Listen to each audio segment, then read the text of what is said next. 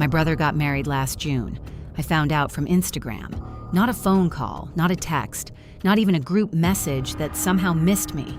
I was sitting in my apartment on a Thursday night, scrolling through photos from a weekend I hadn't been invited to, watching 140 people celebrate a wedding I didn't know was happening. My brother and I grew up in the same house. We went to the same schools. I was at his college graduation. I gave a toast at his engagement party 3 years ago. He did not invite me to his wedding. He had a reason. They always have a reason. But here's the thing about reasons. They only make sense until you understand what they're really protecting. I understood at the rehearsal dinner, except I wasn't at the rehearsal dinner.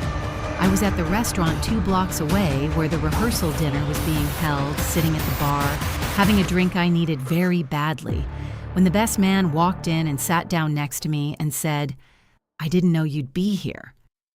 Neither did anyone else. This is what happened next. My name is Jade. I'm 32 years old. I have one sibling, my brother Marcus, who is 4 years older than me, and who has, for as long as I can remember, been the version of our family that our parents chose to invest in. I want to be careful about how I say this, because it is not a simple story and I am not a simple narrator. My parents are not monsters. They love both of us. What they did was more ordinary than cruelty. It was prioritization, executed consistently over 20 years, in ways that felt reasonable in each individual moment and only became visible in accumulation. Marcus went to a private university. I went to a state school. Marcus's tuition was paid in full. I took loans. Marcus got a car for his 18th birthday. I got a card. Marcus's first apartment deposit was covered by our parents. I moved in with 2 roommates and paid my own way from 22 onward. Each of these things individually had an explanation. Marcus was the firstborn. Marcus had higher grades. There was less money when I was older. The explanations were real. They just didn't add up to something that felt like equal love. I never said anything. That is important for you to understand. I am not someone who complained. I built my life without help, and I built it well. I have a good career. I have an apartment I love. I have savings and a retirement account and a passport with stamps in it and friends who know me. By 32, I had everything I needed. What I didn't have was an invitation to my brother's wedding. When I found out, from Instagram, on a Thursday, looking at a photo of a first dance I hadn't witnessed, I did not call my brother. I did not call my parents.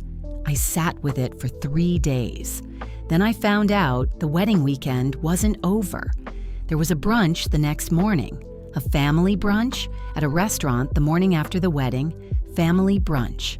I was family. 3 years ago, when Marcus got engaged, I gave a toast at his engagement party. I had worked on it for 2 weeks. I wanted it to be good. Not performance good, but actually good.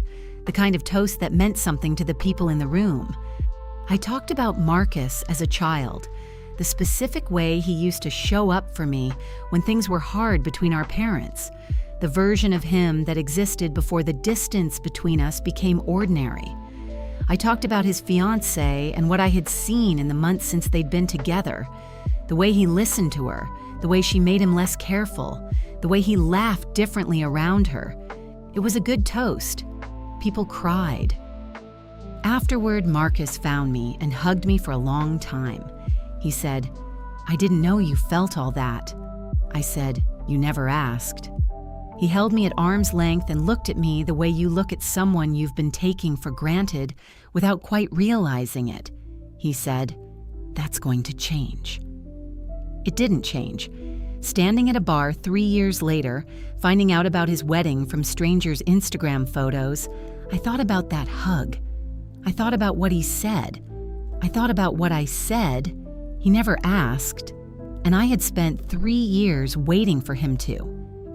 The brunch was at 11. I had no invitation.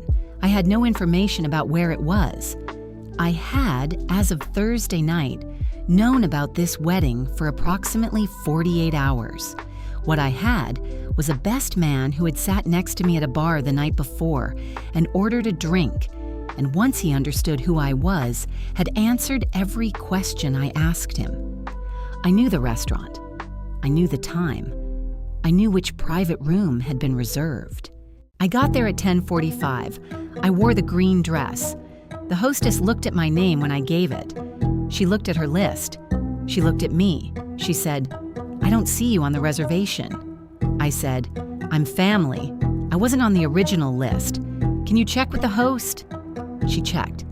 She came back. She said one of the wedding party had confirmed I could be seated. I found out later it was the best man. His name was Derek. He had added me before he went to sleep. I walked into a private dining room where approximately 30 people were having breakfast after my brother's wedding. My parents were at a table near the window. My brother was at the head of a long table with his new wife. Several people I recognized. Several I didn't. The room went quiet in the specific way rooms go quiet when something unexpected enters them. My mother's expression cycled through 3 things in approximately 2 seconds. Shock, then something I can only describe as guilt, then a performance of warmth that arrived slightly too late. My father said my name, just my name, like a question. My brother stood up. I want to be precise about what happened next because it would have been easy for it to go a different way. And the fact that it didn't is the thing I am most proud of. I smiled. I walked to my brother's new wife first. I introduced myself. I said, "I'm Jade, Marcus's sister. I'm so sorry I couldn't be at the wedding. I had a conflict I couldn't get out of." I shook her hand. She looked confused and gracious at the same time, the way people look when they're trying to understand a situation they weren't briefed on. Then I turned to my brother. He hugged me. It was a shorter hug than the one at the engagement party. Then he said quietly, close to my ear, "We need to talk." I said, "We do, but not today. Today is your day." I sat down. I had breakfast. I spoke to people I hadn't seen in years and people I was meeting for the first time. I was pleasant. I was warm. I was the version of myself that exists when I decide to be. I did not make a scene. I did not cry. I did not say a single thing that could have been called confrontational. I just showed up. Marcus called me the following Tuesday. He explained. His wife, her family was paying for a large part of the wedding, and they had a strict guest list. They had to cut people. Marcus had made choices about who was close enough, present enough, relevant enough to include. He had decided I was not close enough, not present enough, not relevant enough. He said this carefully with obvious discomfort, using words that were designed to minimize damage while delivering a verdict. He said he had assumed I would understand. He said he had assumed I would find out after, and it would be fine. He had assumed. Without asking, without a conversation, without giving me the opportunity to say anything at all. I listened to all of it. Then I asked him one question. I said, "Did you tell your wife you had a sister?" There was a pause. He said, "She knew I had a sister." I said, "Did you tell her about me? Not that I existed, about me." Another pause. Longer. He said, "We'll have you over for dinner. We'll do a proper introduction." I said, "I'd like that." I did not say what I was thinking, which was, you introduced 140 people to your wife on the most important day of your life, and I was not one of them. You decided I was not worth the conversation it would have taken to explain why I wasn't there. You assumed I would understand because you have always assumed I would absorb the things you didn't think about. I had absorbed them for 32 years. I was done absorbing. They invited me to dinner 6 weeks later. Marcus, his wife, my parents, me, a family dinner, at my parents' house. The first one I had attended in over a year. I accepted immediately. I also arrived with something they didn't know about. Because in the 6 weeks between the brunch and that dinner, something had happened with my career that I hadn't told anyone in my family. Something significant, something that required a toast. My parents' house is the same house I grew up in. The kitchen still smells like the same dish soap. The family photos on the hallway wall end approximately around my junior year of high school. After that, it's Marcus's milestones, Marcus's graduation, Marcus's engagement, a professional photo of Marcus and his wife at what I now recognized as their wedding. I was not in a single frame on that wall. I did not say anything about the wall. Dinner was good. The conversation was careful in the way conversations are careful when everyone in the room is aware of an unresolved thing and has agreed, implicitly, not to touch it. Marcus's wife was warm and genuinely seemed to be trying. She asked about my work. She asked about my apartment. She asked what I like to do on weekends. She was meeting me for the first time. At his wedding, she would have been introduced to distant cousins, college friends, work colleagues, people Marcus had decided mattered. She had shaken 140 hands, and not one of them had belonged to his only sister. After dinner, my father opened a bottle of wine and suggested a toast to the newlyweds. My mother raised her glass. And then my father turned to me and said, "Jade, you gave such a lovely toast at the engagement party. Would you like to say something?" And I thought, yes, I would. 6 weeks before that dinner, I had been offered a promotion. Not a standard promotion, a significant one. Director of operations at a company that had been actively recruiting me for 8 months. A role that came with a title change, a salary I had not previously imagined for myself at 32, and the kind of professional recognition that, in my field, takes most people a decade longer to reach. I had not told my family, not because I was hiding it, because no one had asked about my work in long enough that announcing it would have required volunteering information into a silence that had become, over years, its own kind of answer. My parents knew I worked in operations at a tech company. They knew the general shape of it. They did not know the specifics because the specifics had never been the kind of thing our family dinners were organized around discussing. Marcus's promotions had been celebrated. Mine had been received, when I mentioned them, with warmth that evaporated quickly and conversation that moved on. So I had stopped mentioning them. The director role was the largest thing that had happened in my career. I had signed the offer letter alone at my kitchen table, and then I had sat with it quietly for 6 weeks, waiting, without quite admitting it to myself, for the right room. My father asked me to give a toast. I stood up. I held my wine glass.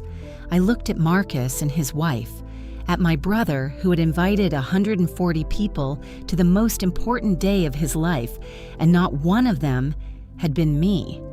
I said, "I want a toast to new beginnings." I raised my glass. I said, "Marcus, I'm happy for you. I mean that without reservation. I hope your marriage is everything you deserve." I paused. Then I said, "And since this is the first time we're all together as a family this year, I also want to share something. 3 weeks ago, I was named Director of Operations at my company. It's the largest role I've held. I didn't mention it sooner because I wasn't sure it was the kind of news this family celebrated." The room was completely silent. I smiled. I said, "But I thought tonight was a good night for new beginnings." I sat down. My mother cried. Not unhappily, I don't think, but with the specific quality of tears that come when someone realizes, all at once, the size of a gap they had not noticed forming. My father got up and hugged me. It was a long hug. He said, "I didn't know." I said, "I know." Marcus did not say anything for a moment. Then he said, "Congratulations, Jade." I said, "Thank you." His wife said, "Director of Operations. That's incredible. You have to tell me everything." And I did. I spent 40 minutes at that table talking about my career in detail for the first time in front of my family. My father asked questions he had never asked before. My mother kept touching my arm. Marcus listened with an expression I couldn't quite read. Not quite guilt, not quite pride. Something in between that I think was the specific feeling of realizing you have underestimated someone you should have known better. I drove home that night and sat in my car in the parking lot of my building for 20 minutes. Not crying, just sitting. I had spent 32 years being the quieter one, the one who absorbed, the one who didn't make demands or ask for things or take up space at dinners that were organized around celebrating someone else. I had gotten very good at it. I don't think I'll be doing it anymore. If you have spent years being the one your family forgot to include, I see you. Not because I'm angry. I was angry for a while. But what I feel now is something quieter and more certain. I built everything I have without them noticing. And at a family dinner on a Tuesday night, over wine my father poured, I told them. They noticed. That was enough. One more thing. 3 weeks after that dinner, Marcus called me. He said he and his wife were having a small gathering, just a few people who mattered to them. He wanted to know if I would come. I said yes. He said, I should have asked you sooner. I should have asked you about a lot of things sooner. I said, yes, you should have. He was quiet for a moment. Then he said, I'm asking now. And I thought, for the first time in a long time, that might actually be enough to start with.